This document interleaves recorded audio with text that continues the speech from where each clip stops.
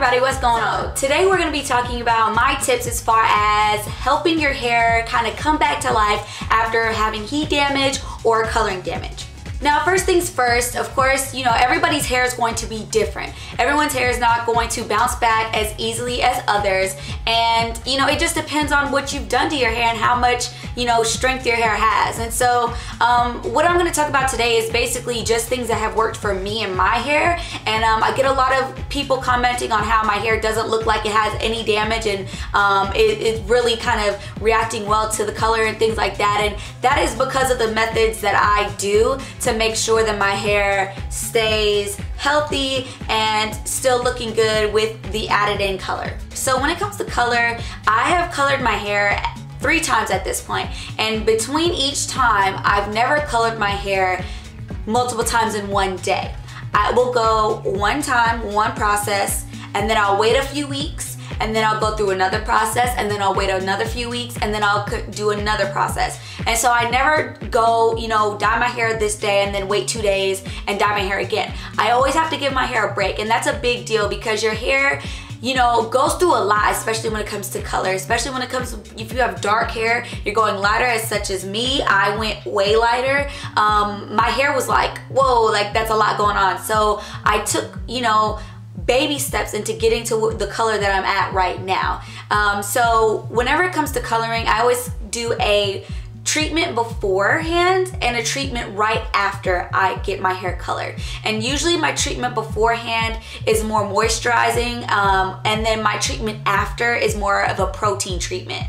Protein being because afterwards, because whenever you color your hair, you're stripping proteins out of your hair, and the moisture and a lot of stuff that your hair needs to be healthy, you're stripping it out because you're breaking it down, trying to get that lighter color to come out. And so when I do a treatment, a protein treatment afterwards, so that my hair can kind of get back some of the stuff that it lost through the coloring process. Both times I usually use homemade treatments. And so when it comes to my more moisturizing treatments, I'll use ingredients such as coconut oil, olive oil, mayonnaise, Greek yogurt, avocados, bananas. Especially bananas are really good to make your hair super soft. I love that about bananas, but also avocado is really good too. Also, you can use things such as jojoba oil or rosemary oil or any black castor oil.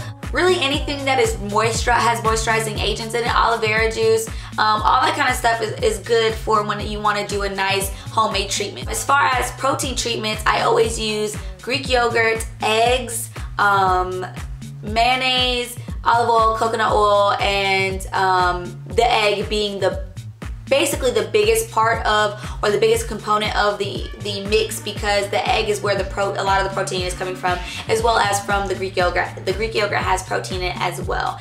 And so I do those treatments before and after. And when it comes to measurements and all that kind of stuff, I mean, I can show you all how I make my treatments, but I like ran out of everything in the last like couple days, so I'll have to re-up. But let me know if you guys want to see the exact ingredients and sizing that I do. Really, I usually eyeball it. I don't do anything serious. I just kind of work it, and sometimes, every single time is different, you know. The mix is always different because I'm just throwing stuff in there. So I always do that again before and after I color. Then as the coloring process is going along, I am deep conditioning once a week. And when I deep condition, I really deep condition. I'm not the type to go to sleep with a deep conditioner in my hair because I just feel like I don't like going to bed with a wet head and sleeping on like a shower cap and all that kind of stuff. So what I usually do is, and this kind of condenses the time as well that I'm deep conditioning, I will go ahead and apply my deep conditioner, put a shower cap on, and then sit under a dryer for about 20 or 30 minutes. And what the dryer does is it makes all of that get in there and actually do its job really well. And so I find that my deep conditioners always work better when I sit under a dryer like that. If you don't have a dryer, you can also just put a shower cap on, wrap your head in a towel, and walk around for about an hour or so, because then the heat from your scalp will again open your hair as well. That'll help the deep conditioner penetrate into your hair as well. Or you can also get a shower cap, get your hair dryer and just blow dry, kind of like you would be blow drying your hair, but it's under a cap. So either one of those methods work. Me personally, I find that sitting under a dryer for about 20-30 minutes is best because I feel like my hair just totally gets like a pick-me-up anytime after I do treatments like that. Also helping with heat damage or chemical damage from coloring and things like that, doing pre-poos is really helpful as well. And that's even if you're not using a shampoo with sulfate in it. Pre-pooing just gives you a little boost. It's like a mini deep treatment before you actually wash your hair.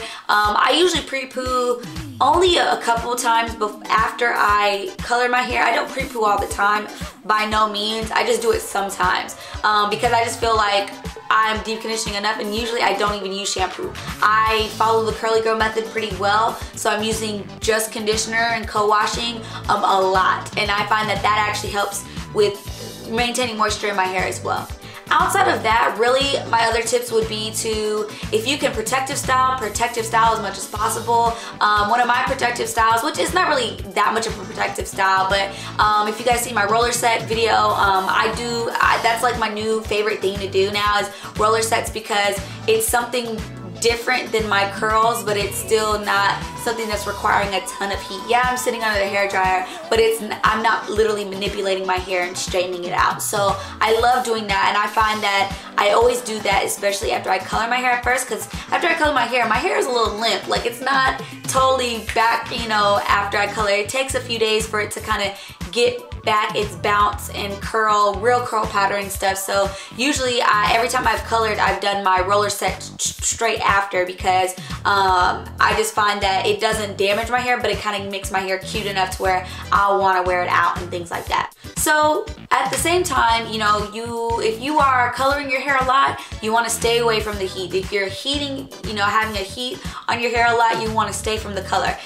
It's really, really rough when you're doing both, because you're having a double whammy there. Like, you're getting a lot of damage, and it's going to be really hard for your hair to combat that. And everybody's hair is different, like I said before, your hair may be able to bounce back really easily, and that would be, great, but some others it may take a little bit more for your hair to really bounce back after. So just be mindful of that, and be patient, because we've all gone through stages of damage, of heat damage, of color damage, all that kind of stuff. If you've ever, played around with your hair as much as I have, I definitely know the struggle. I've been on all ends of the spectrum. I've had really long hair, short hair, curly hair, straight hair, everything, colored hair, everything. So these are things that have definitely helped my hair out when it came to coloring this time. I think I've colored my hair tons of times before. This is the least amount of damage I've ever had to deal with. I mean, I can hardly even tell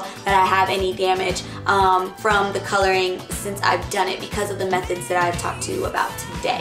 So if you guys have any other questions, or want to see me actually make one of my treatments, or give you guys specific measurements, let me know and I will do that. Until next time, I'll talk to you guys later. Bye.